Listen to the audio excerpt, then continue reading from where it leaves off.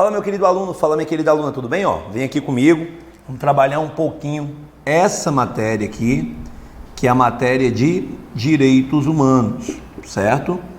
Matéria de direitos humanos, uma das matérias mais cobradas em concursos públicos, principalmente para as carreiras policiais. E como é que a gente começa essa matéria?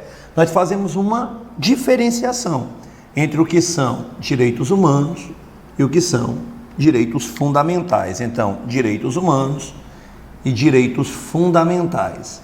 Essa diferenciação se torna importante. Por que, Nilton, que ela se torna importante? Por um motivo simples, certo? Muita gente acha que direitos humanos e direitos fundamentais são a mesma coisa. Nilton, por que não seriam a mesma coisa? Tem muita gente que inclusive fala direitos humanos fundamentais. Então, por que não seria a mesma coisa? Primeiro, eu quero que você entenda o porquê que muita gente fala de direitos humanos fundamentais. Por um motivo simples, certo? Eles protegem basicamente a mesma coisa. Nilton, e essa proteção tem como núcleo central a dignidade da pessoa humana. Então, se liga aí, eles têm o mesmo núcleo de proteção. Eles têm o mesmo núcleo de proteção, só que existem diferenças entre eles. Talvez por esse núcleo as pessoas geralmente esqueçam essa diferença, mas você vai ver que a própria Constituição da República Federativa do Brasil, quando se refere ao termo direitos humanos e ao termo direitos fundamentais, faz a diferenciação. Exemplo, o termo direitos humanos ele vai aparecer em alguns momentos no texto constitucional, como é o caso, por exemplo, do artigo 4º, inciso 2, os princípios que regem as relações internacionais, mais precisamente a prevalência dos, aí a expressão utilizada, direitos humanos. Ou então, lá no artigo 5º, parágrafo 3º, quando fala do processo de incorporação dos tratados internacionais de direitos humanos com status de emenda à Constituição. E também lá no artigo 109, parágrafo 5º, quando eu falo do incidente de deslocamento de competência, no caso de grave violação a direitos humanos, contidos nos tratados cuja República Federativa do Brasil seja signatária. Então, olha, eu tenho a expressão direitos humanos nos 3 exemplos dados por mim. Em compensação, quando eu inicio o título 2 do texto constitucional, aquele que se inicia com o artigo 5º, ele se refere a direitos e garantias fundamentais. Olha o termo, direitos fundamentais, iniciando com o artigo 5º, direitos e deveres individuais e coletivos. Então você nota que ora o texto constitucional usa a expressão direitos humanos, ora o texto constitucional usa a expressão direitos fundamentais. Perfeito? Vem para cá. Vamos trabalhar essa diferença. Nilton, qual é a principal diferença? Eu não sei se eu diria principal diferença. Eu acho que eu diria principais diferenças, tá ok? Eu tenho pelo menos 3 principais diferenças aqui para trabalhar com vocês. Quais são então essas principais diferenças? Vem comigo, porque eu sei que você tem tudo para aprender essa matéria sem nenhum tipo de problema. Vamos lá. Os direitos humanos, certo? Eles brotam do que nós chamamos do direito público internacional, certo? Então, guarda isso aí, porque já vem mais informação. Eles brotam do direito público internacional. Eles têm, certo, maior abrangência.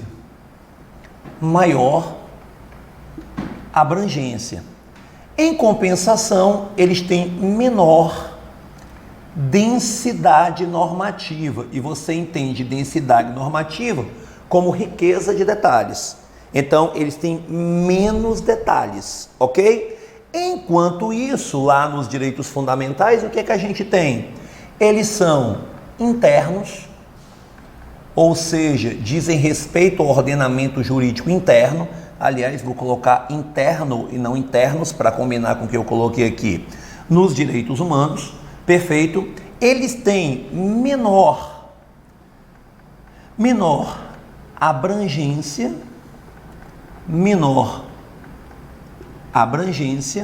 Em compensação, eles têm maior densidade. Em compensação, eles têm maior densidade normativa, ou seja, são mais detalhados. Vem aqui comigo, Newton. Eu acho que eu fiquei em dúvida com relação à abrangência. Então vamos começar por ela, certo? E para começar por ela, eu preciso esticar uma informação que está ligada ao internacional. Então vem aqui comigo. Vamos colocar bem aqui esse internacional. Newton, quais são os documentos que contêm esses direitos humanos? E eu já digo para você, os principais documentos são os tratados, são as principais fontes formais dos direitos humanos, tratados. E eu vou aqui te dar um bizu para você não ser pego de surpresa com relação a outras nomenclaturas que podem ser dadas a um tratado. Newton, pois então joga esse bizu aí para mim. Vou jogar. Um tratado, ele pode ser chamado de pacto. Um tratado, ele pode ser chamado de protocolo. Um tratado pode ser chamado de acordo.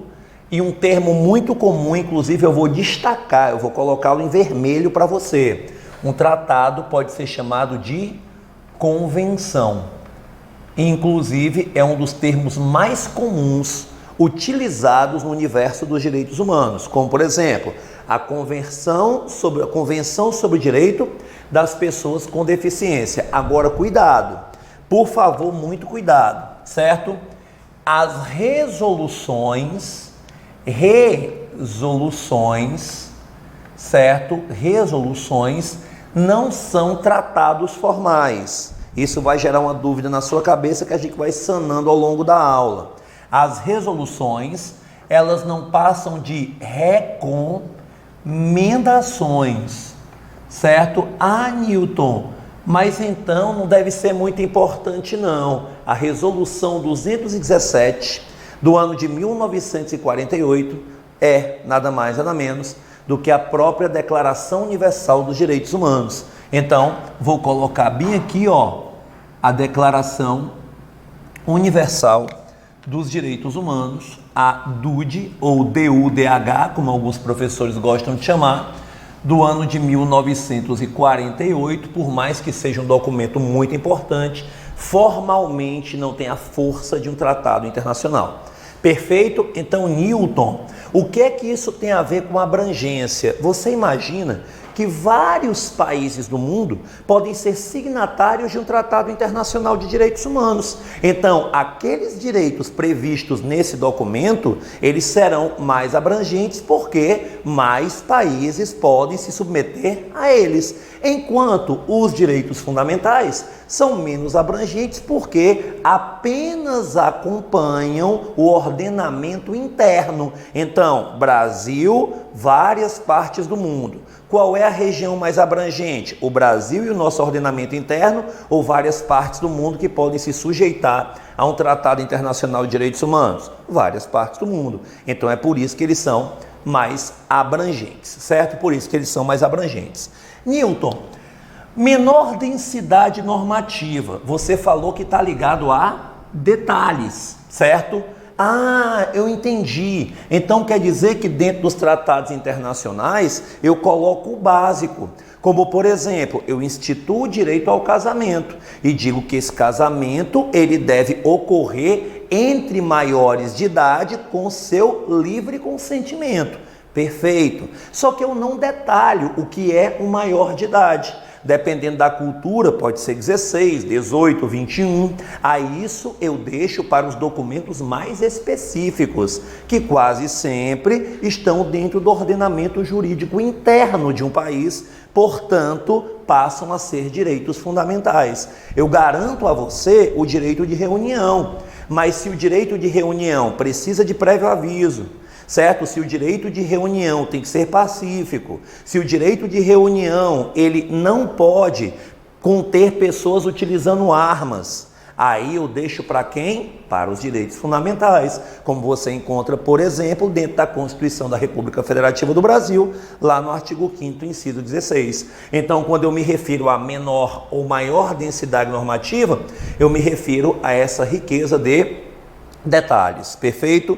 Eu me refiro a essa riqueza de detalhes. Então, essa primeira parte aqui, eu creio que não tem problema nenhum para você. O que é que a gente precisa agora?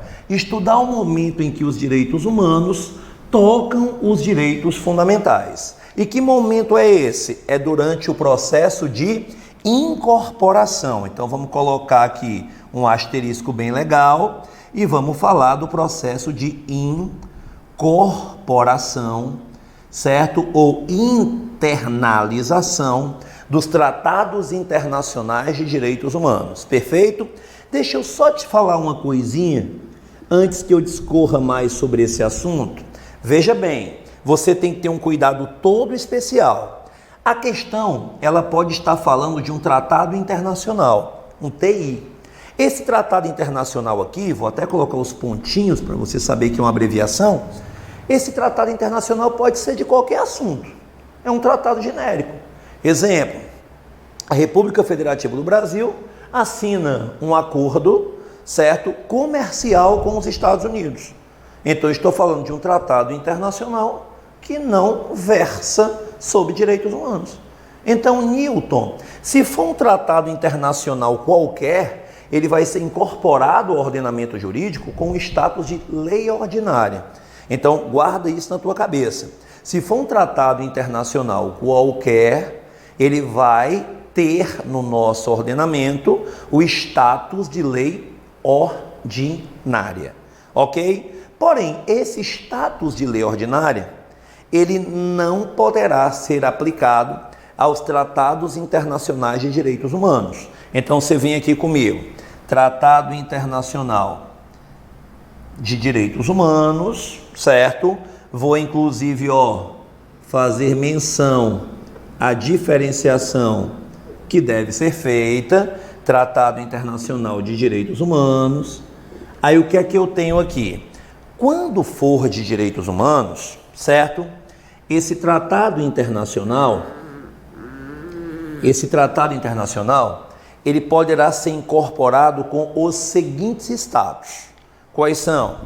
O status equivalente, não é que vire emenda, mas será equivalente a uma emenda constitucional. Terá status de emenda constitucional, terá patamar hierárquico de emenda constitucional. Mas por que não vira emenda? Porque não altera o texto constitucional, não brota do poder constituinte derivado reformador, ok? Então, por favor, se eu falar que vira emenda, está errado, mas se eu falar que é incorporado com status de emenda, está correto. É interessante também que você saiba que essa talvez seja uma das informações mais cobradas em concursos públicos.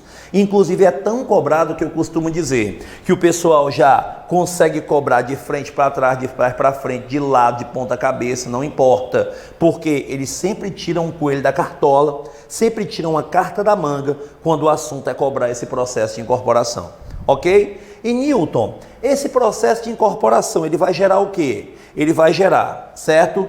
Direitos humanos contidos em tratados esses que são incorporados com o status de emenda constitucional, como eu acabei de falar, emenda constitucional, certo? Ou com o status de norma supralegal. Aí só para que você tenha mais informações, que esse é nosso interesse. Lhe cheio de informação a ponto em que essa aula, ela por si só, baste para que você faça qualquer questão sobre esse assunto, ok? Essas normas supralegais aqui, você não pode esquecer, elas não estão acima da Constituição. Então, pelo amor de Deus, meu querido, pelo amor de Deus, minha querida, se porventura te perguntarem se elas são supraconstitucionais, ai, ai, né? Supraconstitucional está acima da Constituição. Concorda comigo? Ah, Newton, então elas são infraconstitucionais? Exatamente. Elas são infraconstitucionais.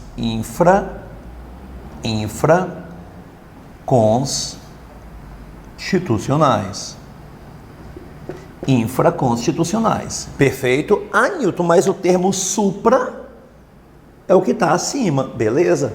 estão acima de todo o restante do ordenamento jurídico brasileiro, mas ficam ali em um loco, né, entre os direitos presentes na Constituição e em tratados, né, que têm o mesmo poder hierárquico, e o restante do ordenamento jurídico brasileiro. Estão acima do restante das leis, mas estão abaixo da Constituição. Simples isso aí, né?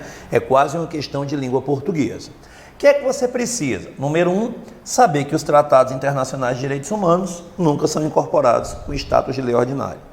Número 2, saber que eles podem ser incorporados com status de emenda constitucional ou de norma supralegal. Newton, e como é que eu vou saber quando é emenda e quando é norma supralegal? Simples. Só vai ser tratado como emenda quando ele cumprir todos os ritos previstos em um tópico do texto constitucional. Aonde, Newton? O tópico que eu citei para vocês no começo. O artigo 5º, parágrafo 3º. Artigo 5º, parágrafo 3º. Aí o que é que a gente faz? A organização é meio caminho andado. Nós pegamos aqui, ó, mais um asterisco bonitão aqui e trazemos para cá. Mais um asterisco bonitão e trazemos para cá. Aí, esse asterisco bonitão aqui, ele vai se transformar em uma outra informação. Newton, que informação é essa? Vamos lá. O que é que diz o artigo 5º, parágrafo 3º? Para que essa pressa? Para que de saber o que esse artigo 5º, parágrafo 3º diz? Primeiro vamos ver o seguinte, será que ele sempre esteve lá? A Constituição é de 5 de outubro de 88, Constituição promulgada que recebe o epíteto de Constituição Cidadã. É a Constituição que vai efetivamente nos trazer novamente uma série de direitos e garantias que foram nos retirados, certo? Pela Constituição de 67 e pelos atos institucionais, principalmente o AI-5. Vem aqui comigo. Newton, então, quer dizer que deve ter já vindo com a Constituição, veio no pacote, né? Pegamos a Constituição, já veio o artigo 5º, parágrafo 3º. Nada disso, certo? Nada disso. Vou até botar aqui em preto para chamar a atenção. O texto do artigo 5º, parágrafo 3º, como também o do artigo 5º, parágrafo 4º, como também de outros trechos do texto constitucional, foi acrescido por emendas constitucionais. Então aqui eu tenho a emenda constitucional, certo? Número 45.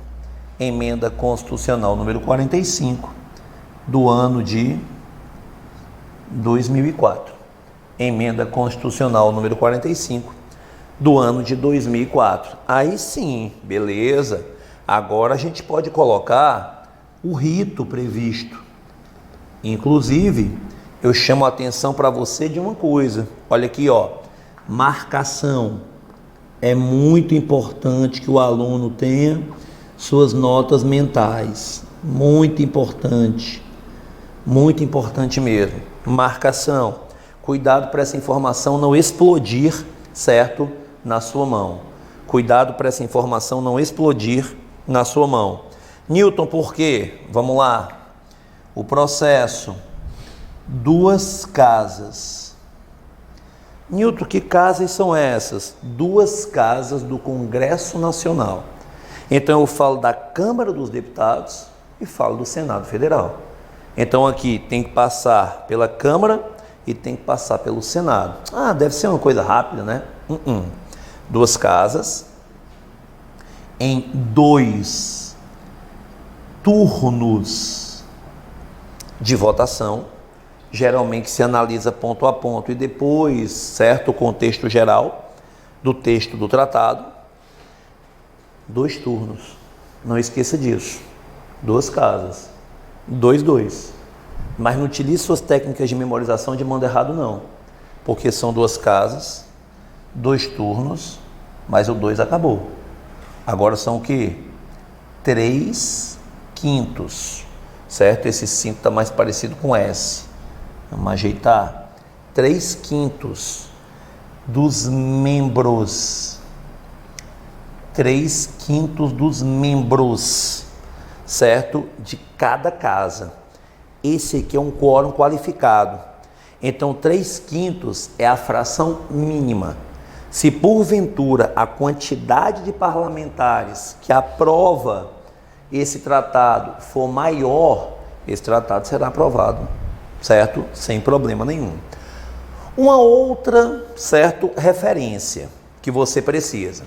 Os tratados internacionais que são incorporados como normas supralegais são todos os outros que não passaram por esse ritual, mas que podem passar, caso seja de interesse do poder público. Eles podem ser reapreciados. Então eu posso simplesmente pegar um tratado internacional, como é o caso, por exemplo, do Pacto de São José da Costa Rica, ou Convenção Americana de Direitos Humanos, ou Decreto 678 do ano de 1992, e decidir reapreciá-lo. Se porventura o Congresso brasileiro, em suas duas casas, em 2 turnos de votação, por no mínimo 3/5 dos membros, reapreciá-lo, ele passará a ter o status de quê? Ele passará a ter o status de emenda à Constituição, sem problema algum. Então aqui, informações básicas a respeito disso. Agora, cuidado, certo?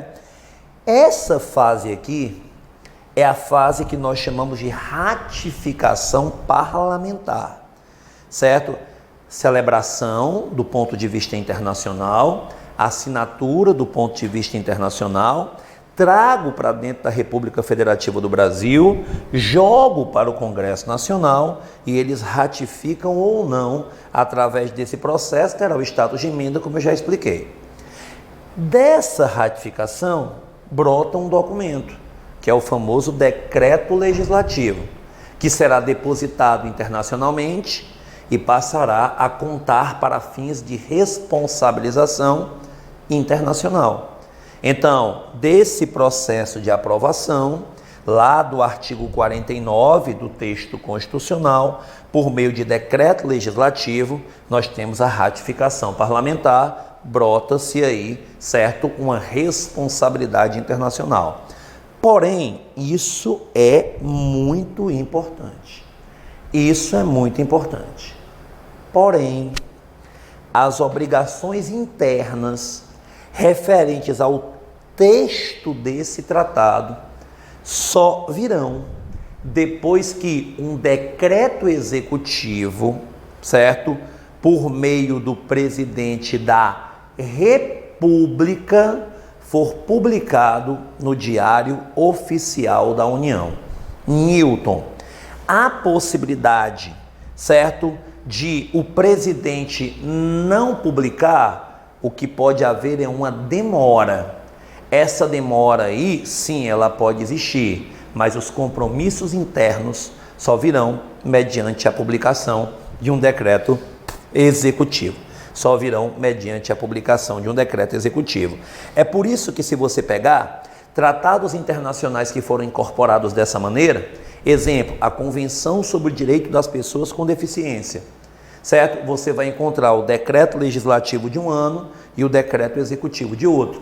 Decreto legislativo, aprovação parlamentar. Decreto executivo publicado no Diário Oficial, aí eu começo a ter as minhas referências internas para fim de responsabilização. Perfeito? Então, creio que você tem aqui aquilo que é necessário para a introdução dos direitos humanos e para a equiparação, para que você tenha aí um comparativo entre os direitos humanos e os direitos fundamentais. Lembrando, ambos protegem a mesma coisa através do mesmo núcleo. Ambos protegem as pessoas, no caso aqui as pessoas humanas, através daquilo que é a dignidade, vamos até marcar, da pessoa humana. Dignidade da pessoa humana, certo? Detalhe, dignidade da pessoa humana é um fundamento da República Federativa do Brasil, mas acima de tudo, é um metaprincípio, é um superprincípio, é um supraprincípio. da República Federativa do Brasil. Mas a respeito do que é meta, supra, super, aí você vai ter que ter um pouquinho de paciência, porque a gente encerra esse bloco, mas a gente volta já trabalhando mais coisas sobre direitos humanos para você. Valeu!